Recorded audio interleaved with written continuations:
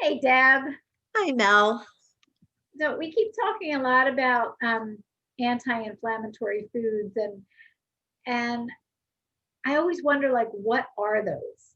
So I looked them up because I feel like, some people in our community might hear that term all the time too, but what is that? And again, if we're do I have to change everything I'm doing? And the answer was really, well, it's always no. It's always about adding things in, but it was interesting when I looked up and saw the 13 foods that were best as anti-inflammatory foods, and they're things that most of us like.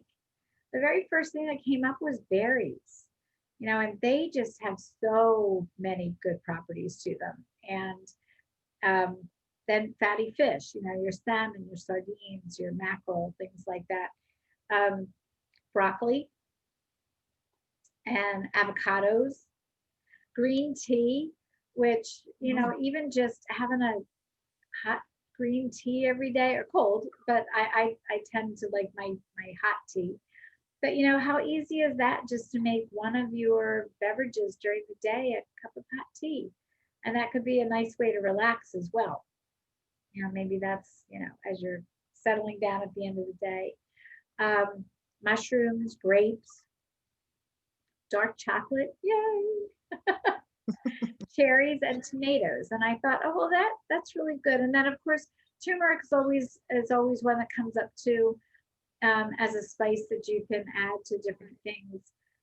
And that one's a little bit more challenging for me. I think the other ones are just easier to add in just to our daily lives.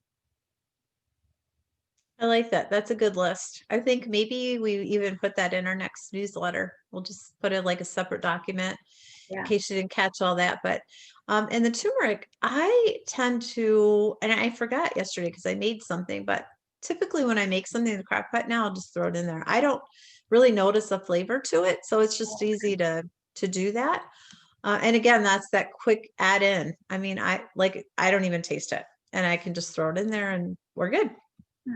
Um, so, or what I'll probably do is put it on my dinner tonight now that I remembered that, because it just, I don't, and maybe you're different and maybe it tastes, you have a taste to it, but I just don't taste it. And it's an easy thing to throw in my, whatever I'm cooking. Yeah. So, but I like that list. I think that's a really good list. And again, I would encourage you that if you already do some of those, have in the, what? If you already eat some of those foods, put an icon on there. Like, what's your favorite? What's your favorite food out of all that?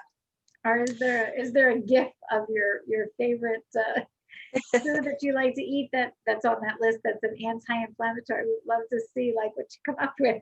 Yeah, yeah, I love it because I'm sure there are things on that list that we haven't thought about. So it'd be fun to see what you're doing. I have a friend who had a ton of joint pain and was forced to change diet because of heart issues. And she said, oh my gosh, my joints don't hurt anymore. She never connected inflammatory anything with her joint pain. She just thought it was part of getting older. And I think we do that. We're like, oh, it's just age, but it doesn't have to be. And she's lost some weight and she lost that pain in her joints and went, oh my goodness, that's just from adding plant-based food. Yeah. She still eats a little bit of the other things, but not as much. Most of her diet is good now. And her joint pain went away. And of course, the weight loss will help with that too. But I just think so often we think we have to have joint pain as we age, or we have to have heart disease, or we have to have, no, we don't. This We goes don't have along the to. territory. No, it doesn't. All right. It doesn't, yeah, we don't have to.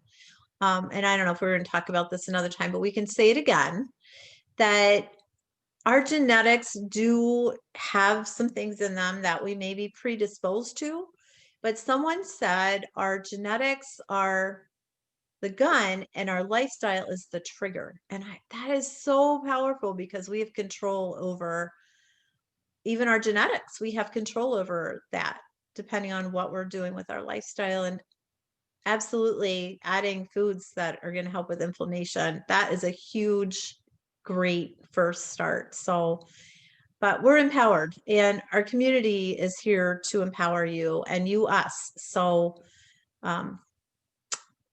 join us. And I'm just Can't gonna say it leave you enough. with a little thing for the food. And you know, if you're looking at labels and things like that, if you can't read it, probably shouldn't eat it. Perfect. So I love that. We all know to go the perimeter of our grocery store and shop there mostly, but we're still up and down the aisles for different things. And that is a great rule of thumb now. If you can't read it, don't eat it.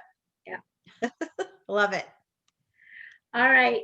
Leave us your picture, your meme, your um emoticon, whatever you want to do of what you're adding today. Can't wait to see them.